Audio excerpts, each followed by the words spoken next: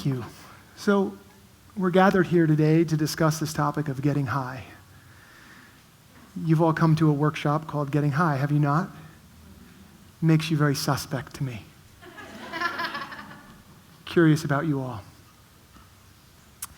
What is this thing about getting high? Seems to be universal, right? Seems to be something that we just do. I don't know anybody who isn't trying to do it in some way or another.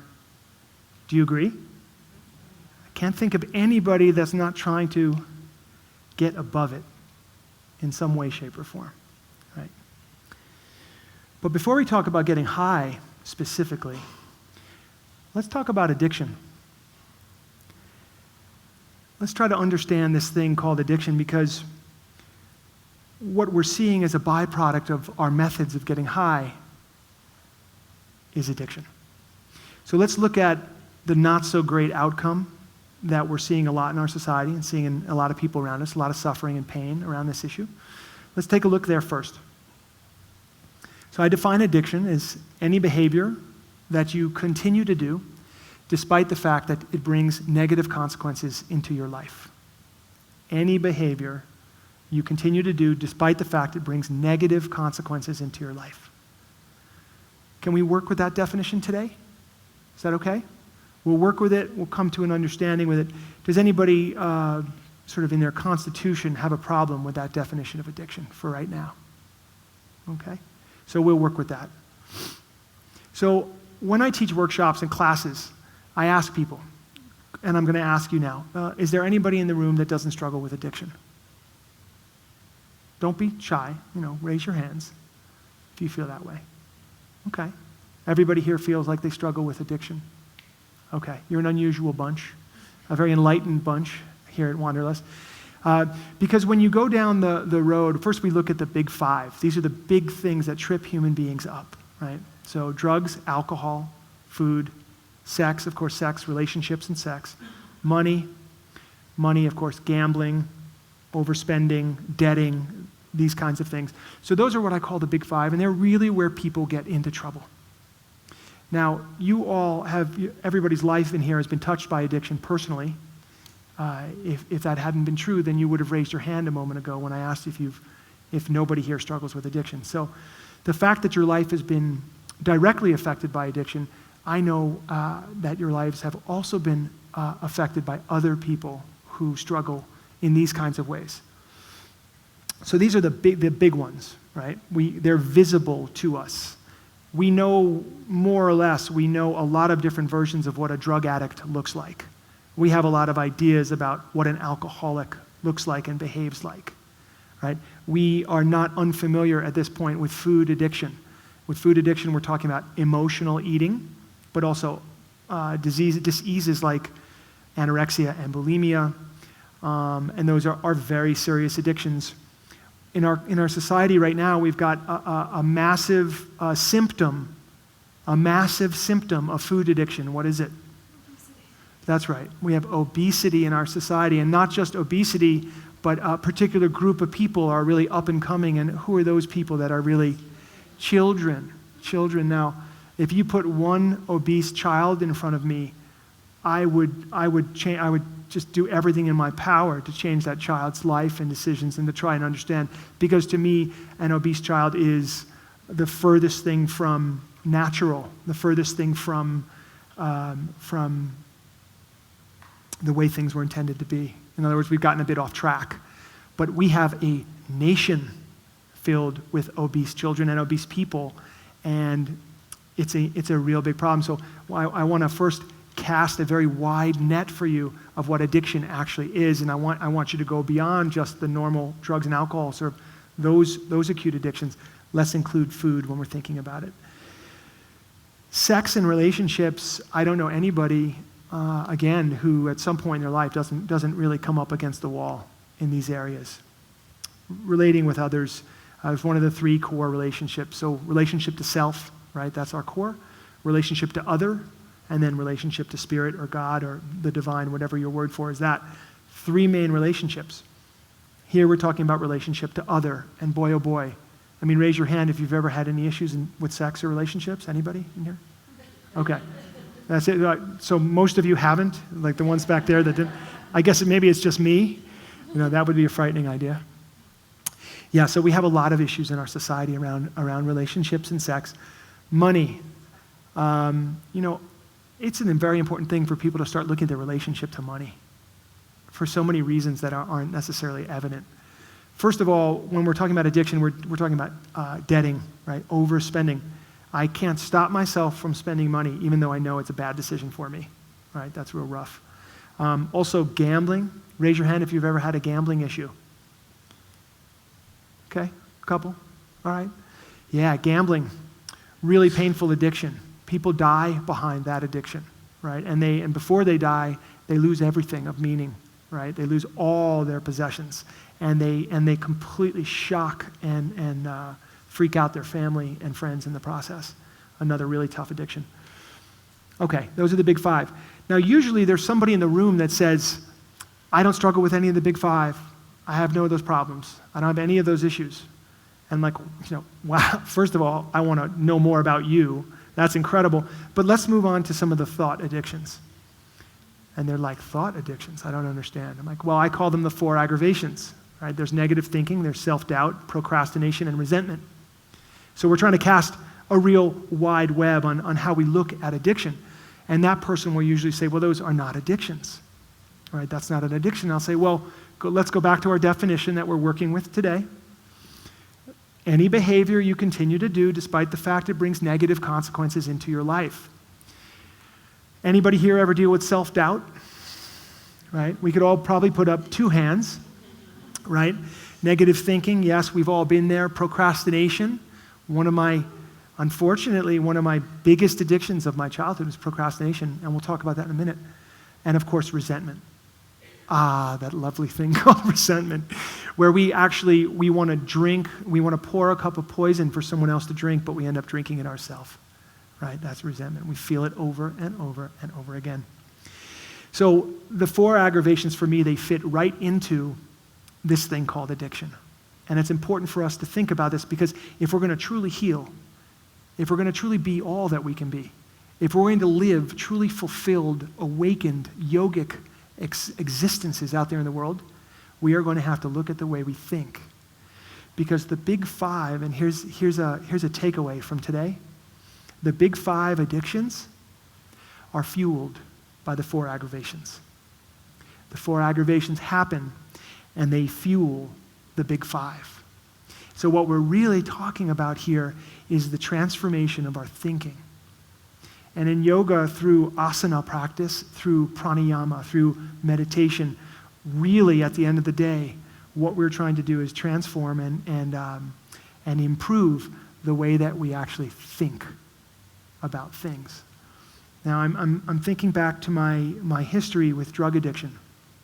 And for me, I can tell you with clear 20/20 hindsight that before I ever picked up drugs or alcohol, there was a series of thoughts and a series of so there was an unfolding of thoughts and beliefs and feelings that would take place before I would actually engage in the behavior. So when my parents would say to me, when are you going to stop this?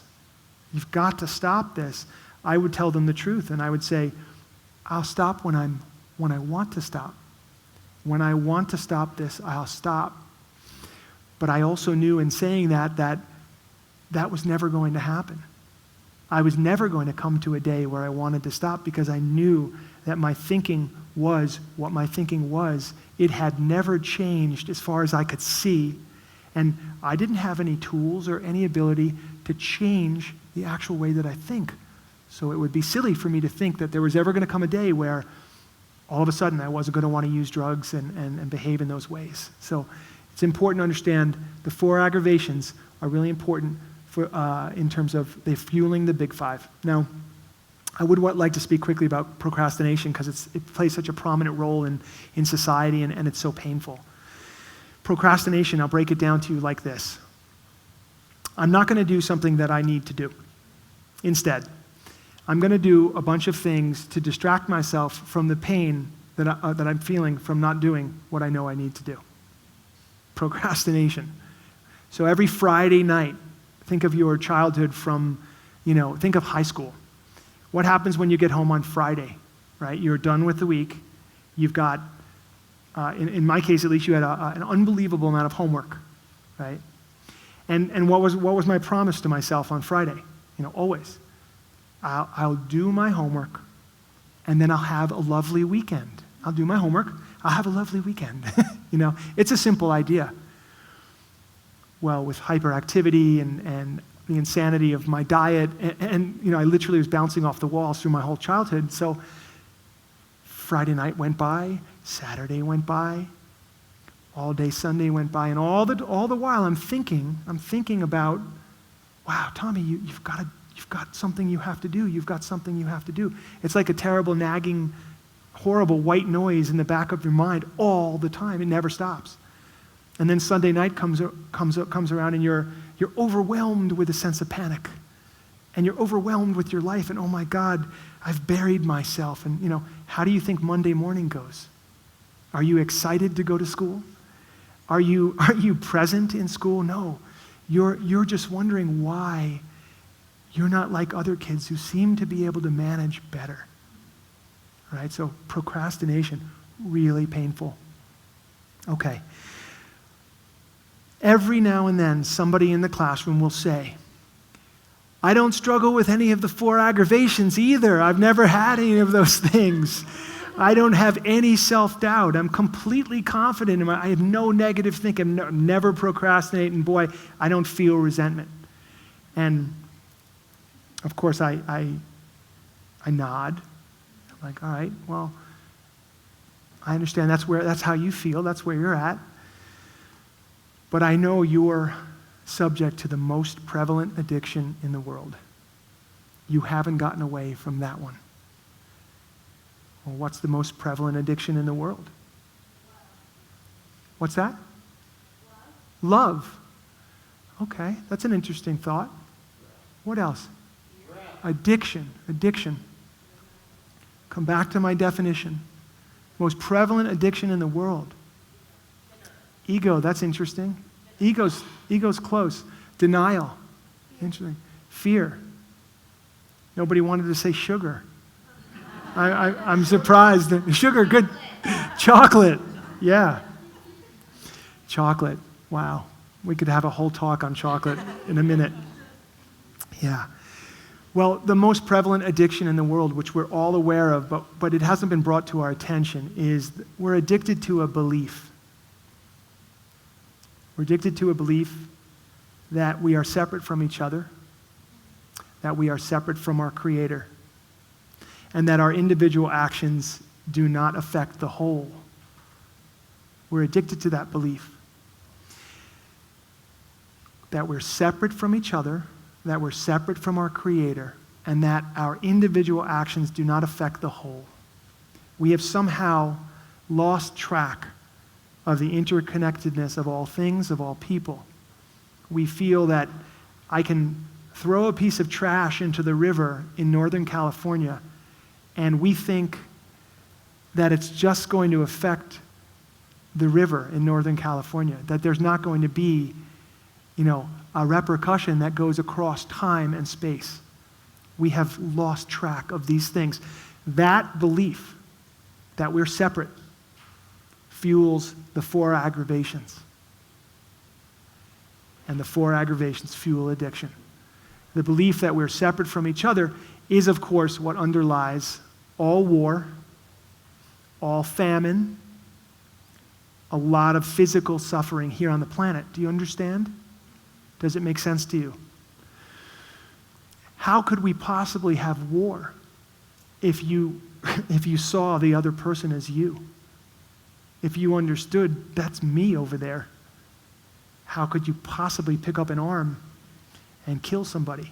It would literally be impossible. Everybody would just drop their arms. Now we're in the age of Aquarius now. And in this age of Aquarius, there's interesting ideas and perspectives like these which are becoming more well-known and more prominent. So a big piece of what I like to share is this piece about understanding addiction and how we all fit into it, right? Okay.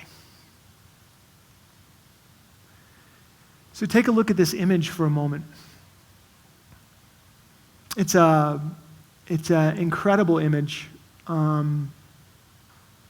painted by a man named Mark Henson. And Mark does mind-expanding art, is the way I would explain it. And as you can see here, this is called Illusions of Reality. Illusions of Reality.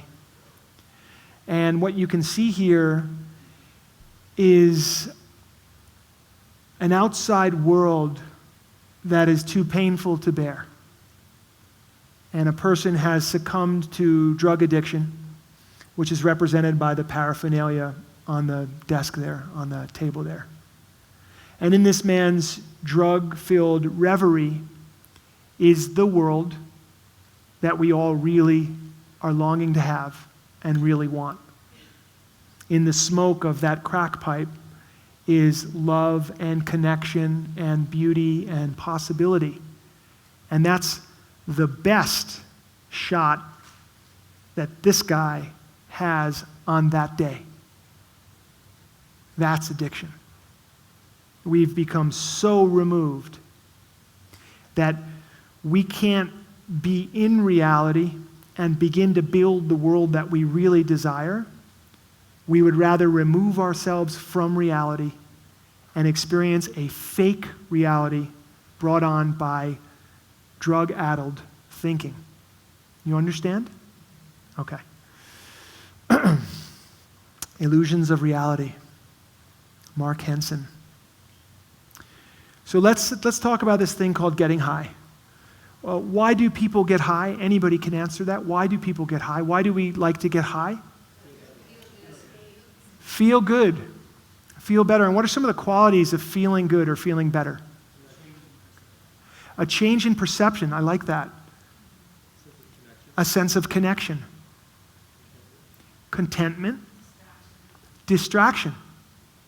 Yeah, so we get high essentially because we like how it feels. And there's a lot of reasons why we like how it feels, but that's what we do. Now, would you fault somebody for trying to feel better? I wouldn't. I would not fault somebody for trying to get better, although I might fault them in their methods. I might fault them in their methods of trying to get better. But I think the desire to feel better, to be better, to do better, to become, I think it's a noble pursuit. One of the reasons I feel so close to people who struggle with addiction is because I see how hard they're looking and seeking, and I really have a soft spot for those folks, which means I have a soft spot for everybody, because we're all looking to feel better. So we've covered the second piece here. Who's out there getting high? Kids who haven't done their homework yet. Yeah, I guess that's true. I want to include everybody in that.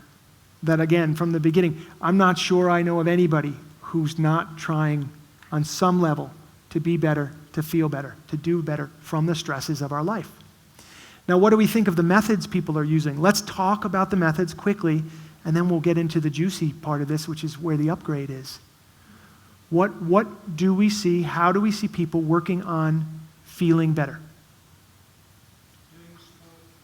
Sports. Love it. Sports. Shopping. Yoga. Social media. Television. Sex. Love. Food. Drugs. Do we have a society that embraces alcohol and the use of alcohol in almost everything that we do? Do we even have a wine brand? This is nothing against Wanderlust, but we have a wine brand here associated with this festival because it's a part of celebration, and it shows you how much a part of our society that is, right? So yeah, these are the ways that people are getting high. Let me see what the next. Say again. Fame.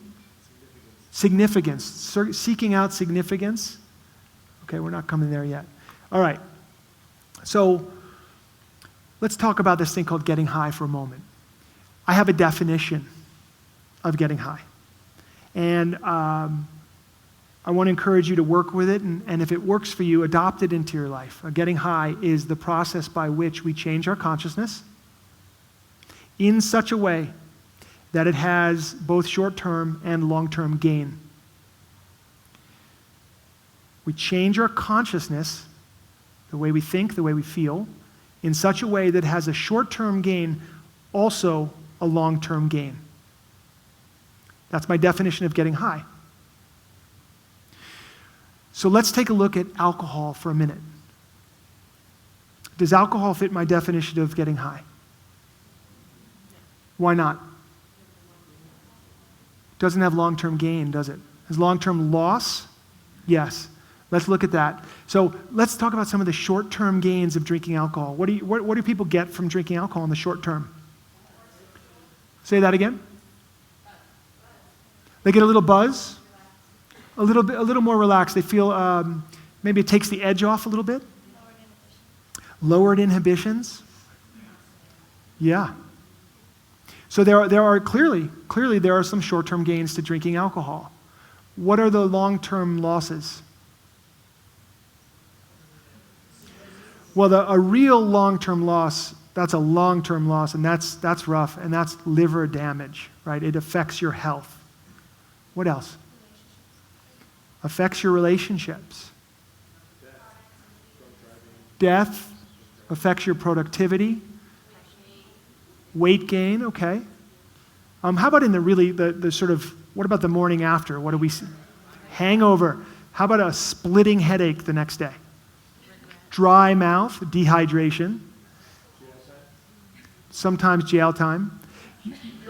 Oh, perhaps for you, Maston. I hear a lot of people say something to me like, I'm feeling really depressed. I'm gonna really tie one on tonight and take the edge off. What's wrong with that? Alcohol is a depressant. If you're depressed, the last thing you want to do is drink alcohol. And it may give you a tiny short-term moment, but boy, oh boy, is it going to have a wallop waiting for you the next day or the next several weeks. So these are long-term losses to drinking alcohol. Does it make sense?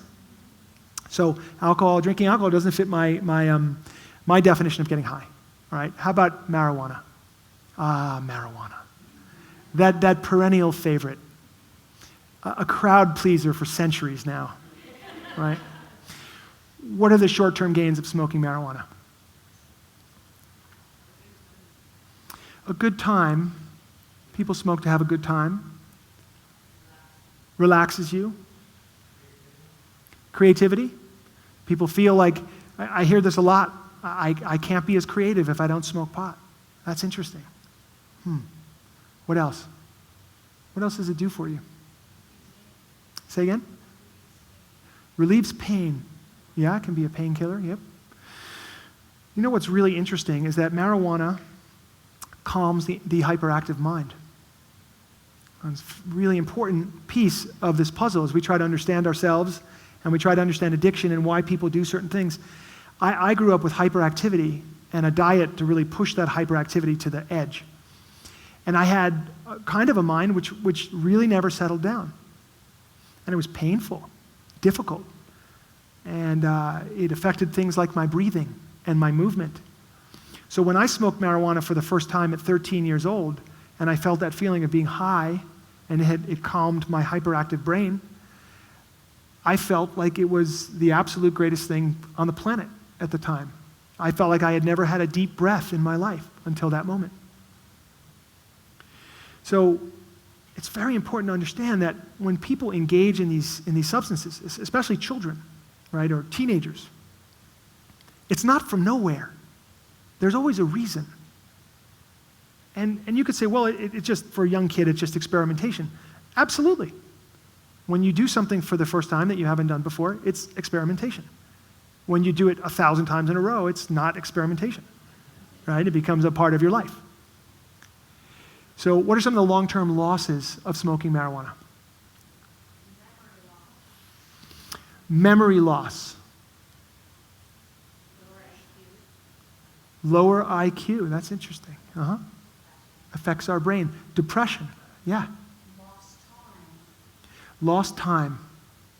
Yeah. There seems to be some connection between our emotional state, our emotional maturity, and marijuana smoking. As you grow up, you go through certain hardships and difficulties in life, and you learn how to navigate those difficulties. Or you smoke pot to sort of ease the pain of those difficulties, and you really never quite deal with it. So you've robbed yourself of the opportunity to grow from challenging experiences, which are simply a part of being human and very important. And I feel like, I smoked pot pretty much for 10 years, from 13 to 22, really. And I feel it took so much from my life. It gave me a lot at the beginning as well. That's why I loved it so much.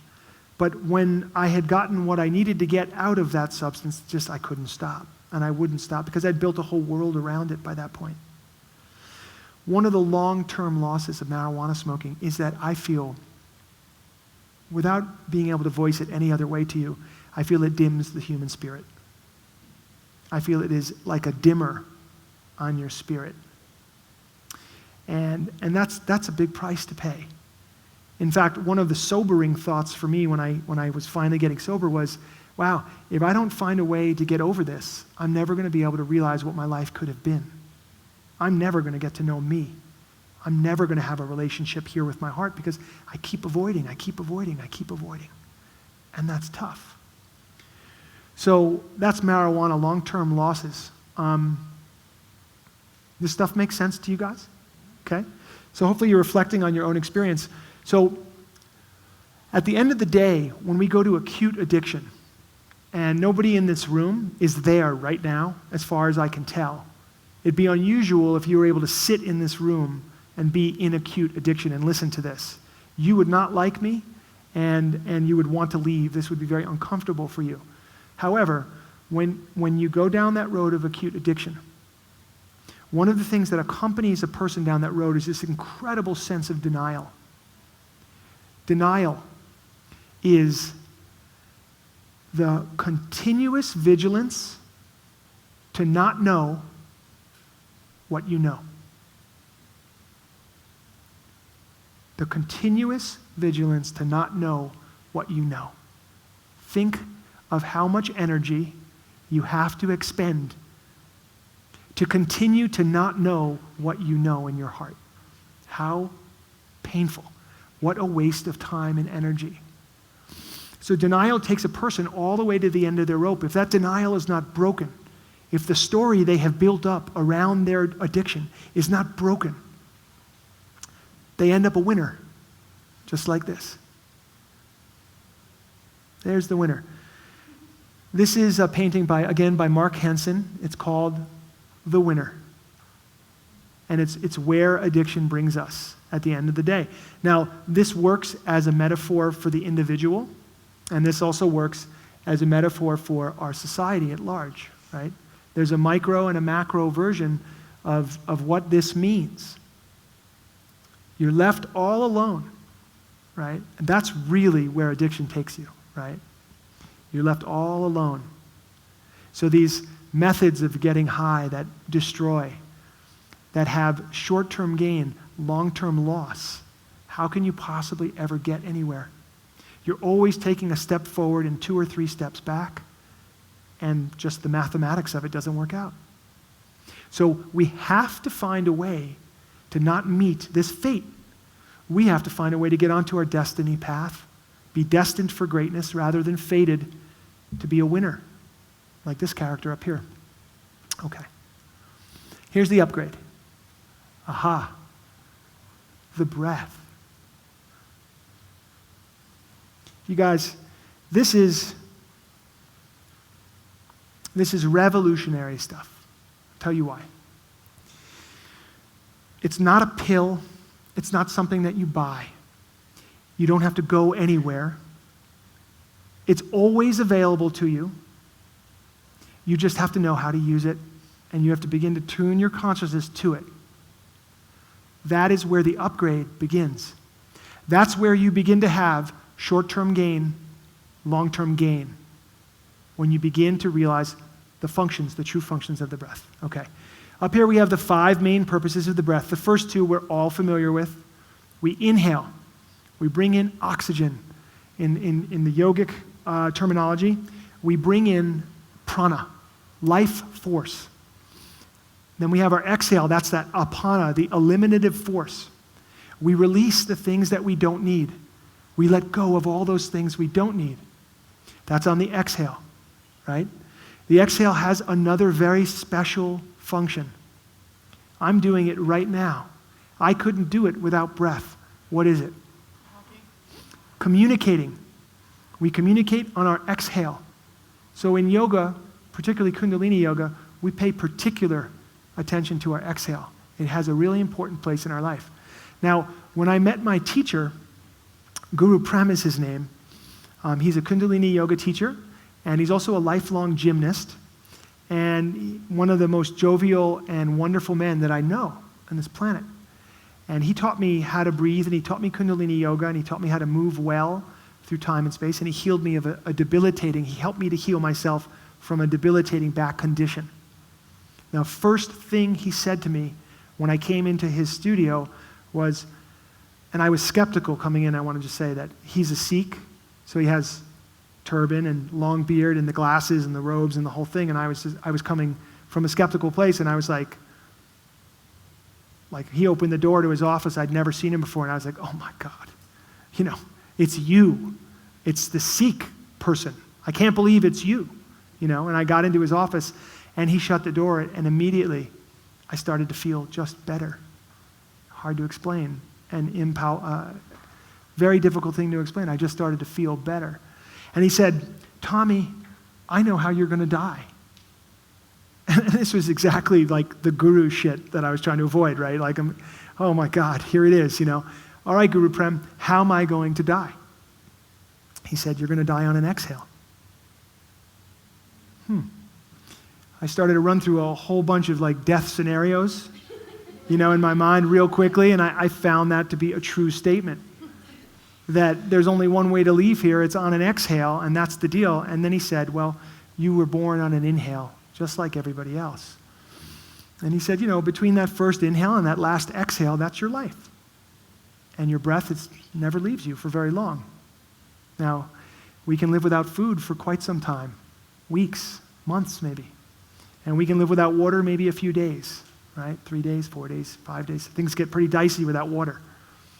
But the breath, can't go without that for even a few minutes. It's your primary form of nourishment. The exhales are big. And here's the kicker. Here's the great news for everyone. Since we're all struggling with addiction on some level of some kind, no matter how subtle or how gross, here's the great news for you. You can use your breath to change your consciousness. You can use your breath to get high. Short-term gain, long-term gain. Shall we try it? Okay. Come sitting up. So what we're going to do here is just a very simple breath. It's called breath of fire. And we're going to add the arms into it, and we're going to bring about an effect. Everyone in the room is going to be affected by this, but everyone in the room will have their own experience. Who knows how you'll be affected? The important thing is to understand where you are now, take note of it, and where you are after. Now, breath of fire is kind of like a panting breath. Like a doggy might pant, except your mouth is closed and you're breathing in and out through the nose. Okay? Now when you exhale, we're going to emphasize the exhale. We draw the belly in. Take a normal inhale.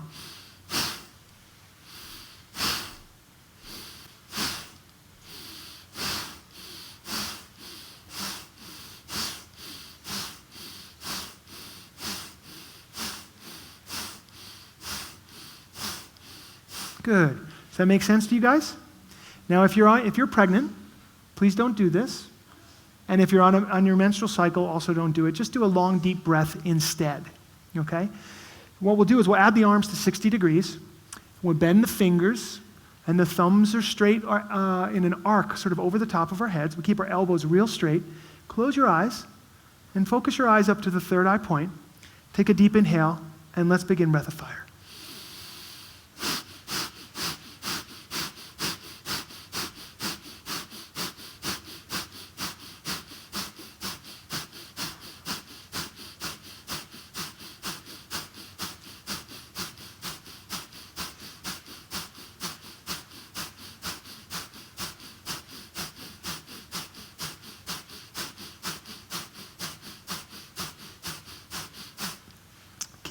Keep going, arms straight. Keep going, keep flowing. Keep the arms straight, eyes are closed, focus to the third eye point. Belly pulls in slightly on the exhale and releases for the inhale. Stay in it.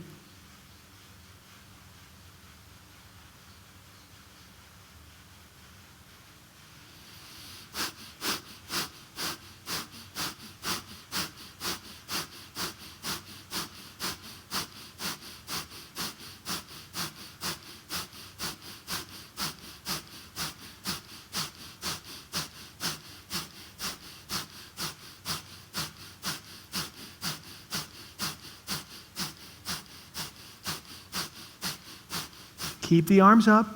Keep the arms straight, 60 degrees. 1 minute to go.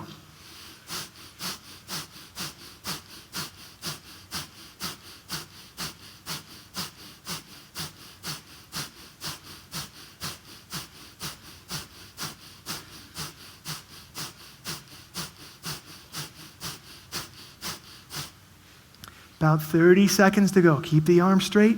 Hang in there. Strong breath of fire.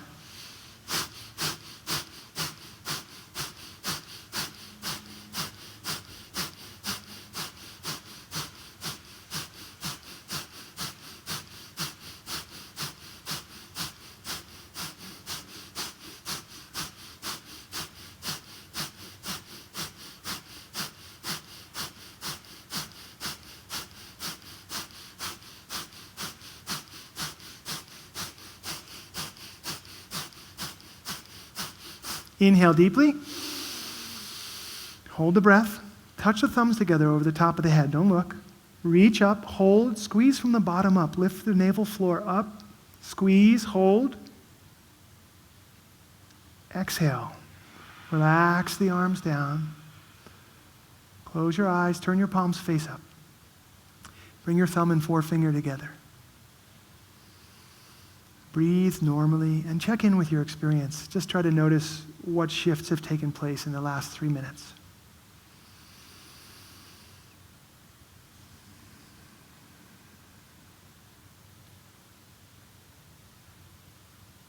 Feel a sense of tingling, a shift in feeling, maybe sensing an energy that flows through the body. Maybe something really subtle, maybe not so subtle.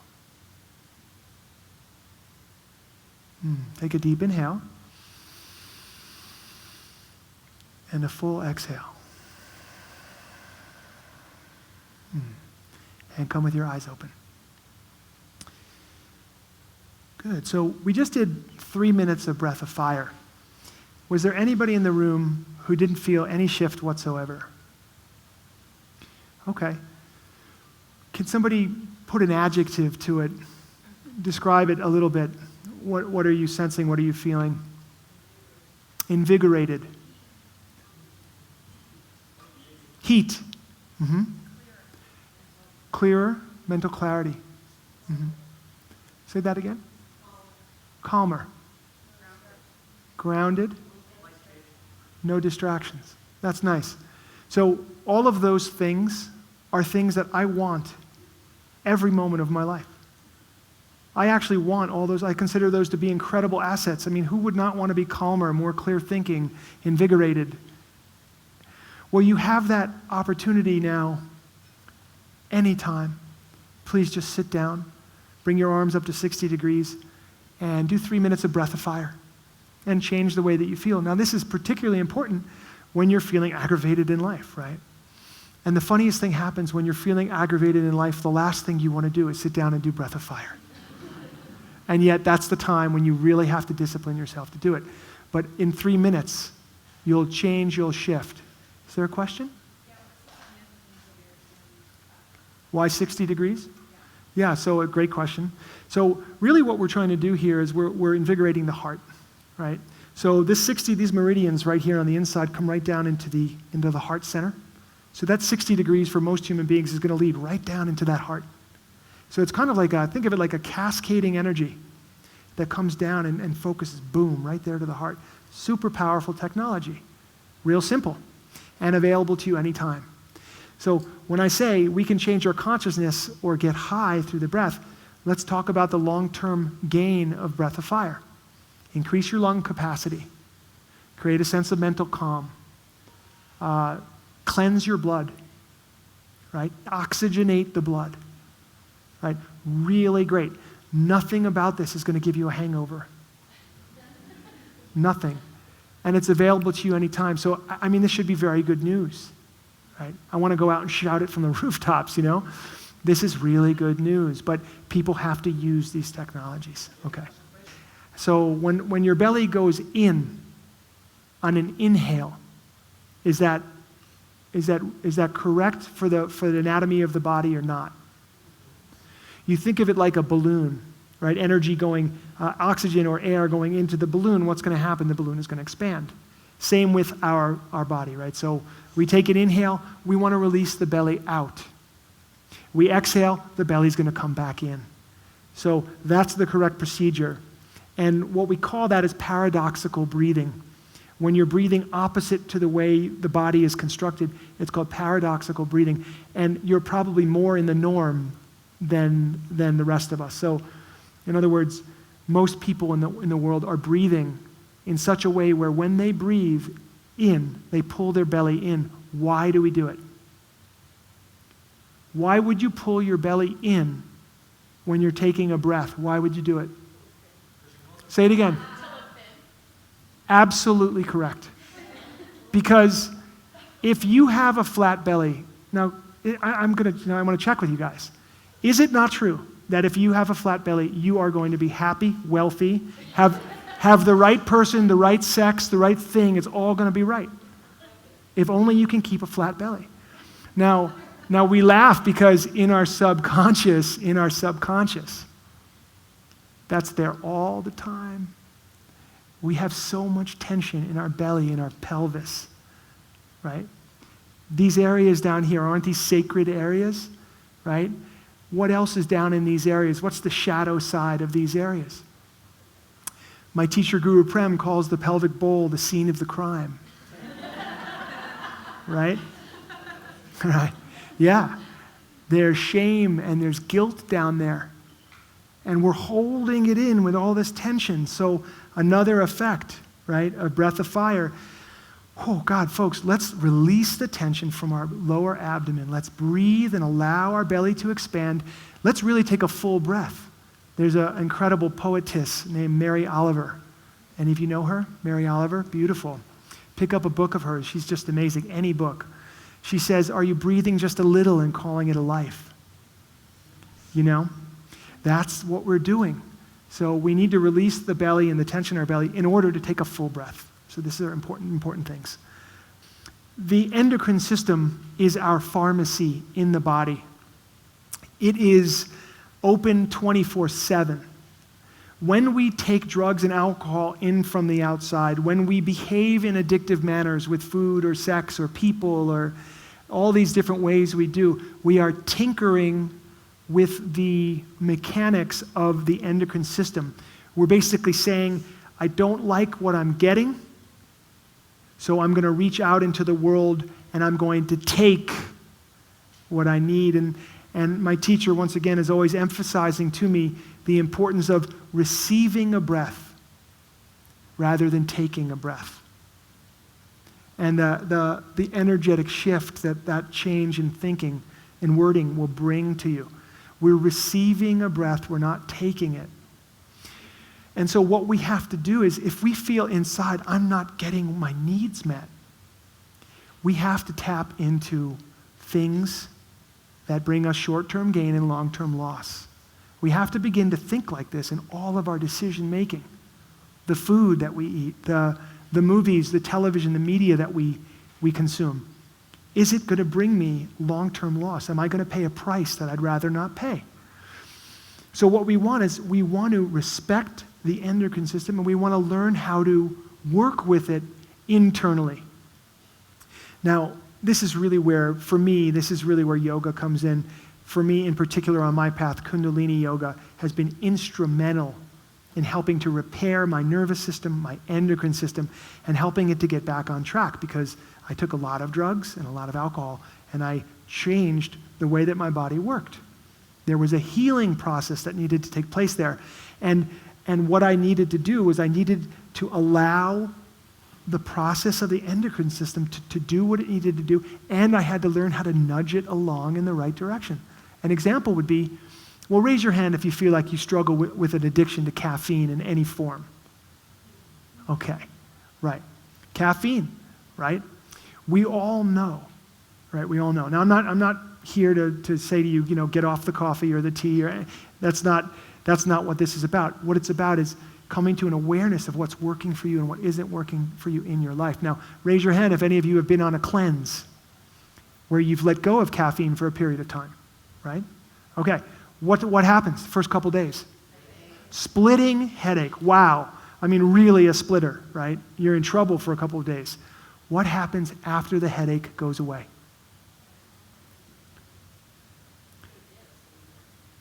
Well, for me, my experience has been that right away when the headache goes away, maybe day 3 or day 4, an exhaustion sets in. An unbelievable exhaustion. Because I've been taxing my nervous system, and I've been asking my body to go further than it wants to go, day in and day out over time. So you finally let it go. Your body drops out of the sympathetic nervous system, fight or flight, because you've allowed it to calm down now. It drops into the parasympathetic nervous system, and you have the most incredible nap of your life. It's the kind of nap where there's no choice. You're canceling your afternoon plans. Nothing's going to happen until this nap happens. You know what I mean? 5 hours. Incredible. That's what happens when you allow your body to come back to a state of balance. So we're just talking about what it is to tinker with this natural God-given system that we have. And I'm just, if I can help you leave with anything, it's begin to think about the ways that you can interact with food and beverage. We have to be hydrated. Hydration is a major problem. And we hydrate ourselves with water, but also with electrolytes, salts, and other things. So we want to be super, super hydrated. Hang on a minute.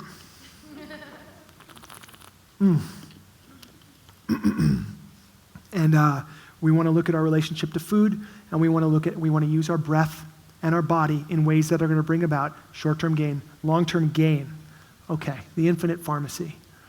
So recovery, simply closing the gap between you and ease. If addiction is a dis-ease, it is a lack of ease in the body-mind system. Addiction, a lack of ease in the body-mind system, then any course of recovery is going to bring you closer to a sense of ease in the body-mind system. Does that make sense? Okay. So we're trying to close that gap. Any process that moves us towards a state of ease in the mind-body system is a great recovery process. Anybody who's willing to say, is anybody in here part or ever been part of a 12-step program of any kind? Okay? Just want to let you know we're having a 12-step meeting here tonight at 6 o'clock, right in this room, for anybody who wants to be here. So come and join us if you're called to do that. So the 12 steps, an amazing program. It's a spiritual path that leads us home to our heart and gives us a connection with a higher power, helps us clean up some of the mess that we've caused through our addiction. 3 things the 12 steps don't address: the body, the breath, the diet. When you think of a group of 12-step people outside huddling together, what do you envision them doing? What else? You bet. Cigarettes and coffee. Isn't that the image? Well, that's because there's some truth to that. And in early recovery, what I tell guys that I work with, you get over your addiction to sugar, caffeine right now. And you're gonna be at a level of confidence and a level of recovery that you had not known was possible. People who are 10 years sober, still smoking, still drinking caffeine, you will have a level of comfort in your body-mind system that these people could only dream of, if only they could put down those last addictions. So what I'm talking to you about is Recovery 2.0, which is my mission in life, and it's where I put my attention. It's about the 12 steps and all the things that can fill in the gaps. It's about anything you can use to move yourself forward and move towards the ease. For me, it's Kundalini yoga and meditation. It's 12-step work. It's journaling. It's eating well and consciously. It's using my breath. It's connecting with human beings, and it's getting outdoors into nature as much as I possibly can. Right? All those are the elements of Recovery 2.0. It's revolutionary. Can I tell you why? Because for almost 85 years, 12 steps have existed, and there's nothing in 85 years that anyone is doing to address all these other addictions. And if you're engaging in the other addictions, you're still in the frequency of addiction. And until you break that frequency, you might walk around your life thinking, there's no getting over addiction. I've been sober 15 years. There's no getting over addiction. I'm telling you, there's no, Not the case. But how would you know there's a place beyond addiction unless somebody could say to you, there's a place beyond addiction, and you need the breath, and you need the body, and you need to look at the food that you're eating. This is so important. And right now, I'm going to come to questions in just a moment here. Right now, we're at a very important point in time. These conversations, these 12-step conversations have taken place for 85 years, basically in the basement of churches. Basically. And there's shame and there's guilt, and it's like, oh, I don't want anyone to know my name. No one needs to know my name. I can't put my face to this. I don't want anyone to know that I had this thing called addiction. It's like, well, everybody has addiction. Every human being has addiction. The shame and the guilt needs to go away. These stories need to be told. It needs to come up and out of the church basement, and it's happening right now. And you've got people to a greater and greater degree every day getting turned on to yoga and meditation and creating a new life which is beyond what they previously thought was possible. So this is a very exciting time, and we're going to live through it, all of us. We're going to get to see some real monumental shifts. Okay. Here's where it all leads to. Okay? You got an opportunity in your life to paint yourself and the reality that you want to live. This is called Paintbrush Warrior. And it really sums it up. You can be on the side of pain and suffering, and you can continue to engage in short-term gain, long-term loss. Or you can start to get onto your path of destiny and embrace these teachings and ask for help when you need it. And do whatever you need to do to move yourself forward on your recovery path. And paint the reality of your dreams. This is available to us right now. It's a choice.